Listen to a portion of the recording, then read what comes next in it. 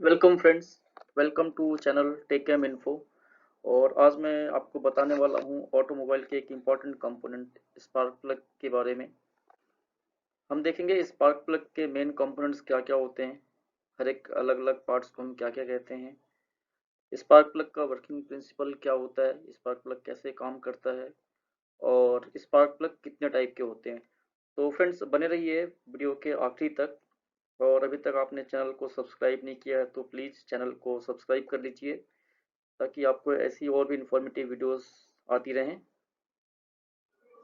Friends सबसे पहले हम बात करते हैं स्पार्क प्लग के एनाटॉमी के बारे में, इसके डिफरेंट भाग को हम क्या कहते हैं। तो सबसे ऊपर अगर हम देखें तो इसको टर्मिनल कहते हैं, जहाँ पे कनेक्टर लगा होता है। दूस उसके नीचे हम आते हैं तो करोगेशन या हम इसको बॉडी कहते हैं। थर्ड जो है, एक स्पेशल टाइप की पैकेजिंग होती है, क्योंकि आपको पता होगा कि स्पार्क प्लग के अंदर बहुत ही हाई वोल्टेज जनरेट होता है।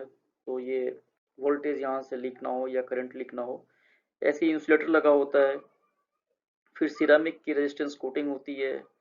फिर ये बाहर देखेंगे तो आप मेटल का सेल है, जो कि आपके सिलेंडर ब्लॉक पे जाके टाइट होता है और गैसेस वगैरह वहाँ से लीक ना करें, इसके लिए एक गास्केट लगी होती है।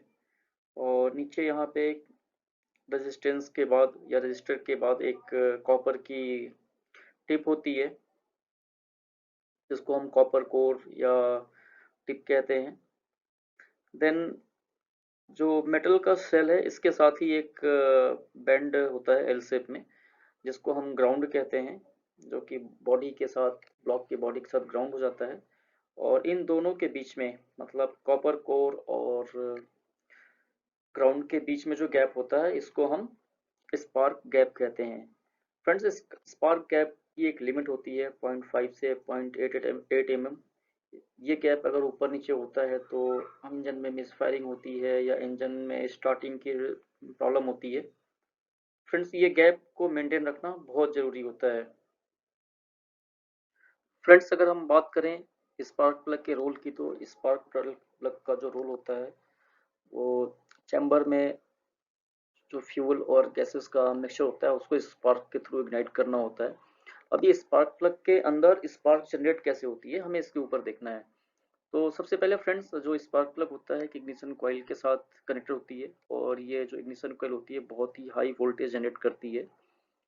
जब करंट टर्मिनल के थ्रू मेन इलेक्ट्रोड से गुजरता है तो वहाँ पे एक पोटेंशियल डिफरेंस जनरेट होता है, जिसको हम वोल्टेज ड्रॉप कहते हैं। और जो चैम्बर के अंदर जो गैसेस होती हैं, मतलब कि फ्यूल और गैसेस की जो मिक्सचर्स होती हैं, वो एक इंसुलेटर का काम करती हैं और करंट वहाँ से फ्लो नहीं हो पाता है। जब करंट फ्लो नहीं हो पाता है तो वोल्टेज डिफरेंस जनरेट होता है, और ये जो गैसेस होती हैं ये एनर्जाइज हो जाती हैं। फिर जैसे ही ये गैसेस एनर्जाइज हो जाती हैं और वोल्टेज इतना बढ़ जाता है कि इन गैसेस की डाइइलेक्ट्रिक स्ट्रेंथ, मतलब resistance to the connectivity of electricity या कंडक्टिविटी ऑफ द इलेक्ट्रिसिटी, उनसे ज़्यादा हो जाती है, तो ये गैसेस आयोनाइज हो जाती हैं। और जैसे ये गैसें आयोनाइज होती हैं, ये एक कंडक्टर की तरह काम करना शुरू कर देती हैं, जिसके कारण यहाँ से वोल्टेज या करंट वापस पास होना स्टार्ट हो जाता है। और जैसे ही करंट यहाँ से स्टार्ट होता है, जो ग्राउंड कनेक्टेड होता है, स्पार्क प्लग में लगा होता है, बॉडी के साथ कनेक्टेड होता है, उसके कारण वहाँ पे एक स्पार्क जनरेट होता है। और जैसे ही स्पार्क जनरेट होता है, जो अवेलेबल गैसेस का मिक्सचर होता है चैम्बर के अंदर, वो ब्लास्ट हो जाता है। तो फ्रेंड्स इस तरीके से ये स्पार्क प्लग में स्पार्क जनरेट होता है चैम्बर के अंदर और गैसेस को बर्न करता है। फ्रेंड्स स्पार्क प्लग को मेनली हम उनके ऑपरेटिंग टेम्परेचर के बेसिस पे दो कैटेगरी में डिवाइड करते हैं। पहली कैटेगरी है हॉट स्पार्क प्लग।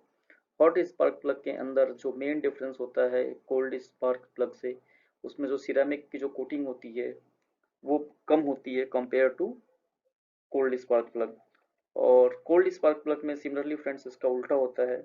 इसमें जो सिरेमिक की कोटिंग होती है वो हॉट स्पार्क प्लग के कंपैरिजन में ज़्यादा होती है। और चूंकि फ्रेंड्स हमारे इंजन्स होते हैं, अच्छे इंजन्स होते हैं, वो बाय डिफ़ॉल्ट गर्म होते हैं। और अगर हम हॉट स्पार्क प्लग उसमें हम अगर यूज़ करें तो एक तो हमारा इंजन प्री इग्नाइट हो जाएगा, मतलब स्पार्क पहले जनरेट हो जाएगा, और बार बार ये प्री इग्निशन होता रहेगा, तो एक्सट्रीम केस में हमारी टिप मेल्ट हो सकती है। तो इसलिए फ्रेंड्स, जितने भी अच्छे इंजन हैं उसके अंदर कोल्ड स्पार्क प्लग का ही यूज होता है। फर्दर अगर हम स्पार्क प्लग को किस टाइप के मटेरियल को यूज़ करके बनाया गया है उसके बेसिस पे क्लासीफाई करें, तो हम चार टाइप में क्लासीफाई कर सकते हैं। पहला कॉपर निकल टाइप, ये सबसे सिंपलेस्ट और सबसे चीप टाइप का स्पार्क प्लग होता है, जिसके अंदर जो मेन इलेक्ट्रोड होता है वो कॉपर का होता है, और निकल की कोटिंग होती है जो थोड़ा सा उसको स्ट्रेंथ देती है ताकि मेल्ट ना हो। देन सेकंड आता है कैटेगरी सिंगल प्लेटिनम टाइप।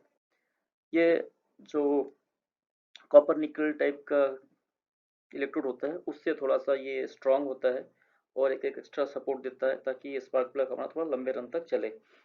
और इनके ऊपर जो डिसिपेट होता है बर्न गैसेस वगैरह के जो एक्यूमुलेशन रह जाता है वो बहुत कम इनके ऊपर इकट्ठा होता है। देन थर्ड है डबल प्लेटिनम टाइप। इसमें फ्रेंड्स स्पार्क दो बार होता है, एक कंबसन के पहले और दूसरा जब एग्जॉस्ट स्ट्रोक लगता है उस टाइम पे। एंड फोर्थ है इरिडियम टाइप। फ्रेंड्स ये सबसे सिंपलेस्ट स्पार्क प्लग है, मार्केट में अवेलेबल है, बट ये थोड़ी सी कॉस्टली होता है क्योंकि इसमें जो टिप लगी होती है या जो सेंट्रल इलेक्ट्रोड लगा होता है वो इस टाइप के मटेरियल का बना होता है जिसका एटॉमिक नंबर 77 होता है और निकल कॉपर से स्ट्रॉन्गेस्ट होता है। और ये छोटे होते हैं और इनको बहुत ही कम वोल्टेज की रिक्वायरमेंट पड़ती है अच्छे से काम करने के लिए, इसलिए ये थोड़े से एक्सपेंसिव होते हैं। थैंक यू फ्रेंड्स, होप कि आपको स्पार्क प्लग के बारे में पता चल गया होगा। स्पार्क प्लग में मेन कंपोनेंट क्या क्या होते हैं, या स्पार्क प्लग के किस पार्ट को हम क्या कहते हैं, स्पार्क प्लग में वर्किंग प्रिंसिपल क्या होता है, और स्पार्क प्लग कितने टाइप का होता है।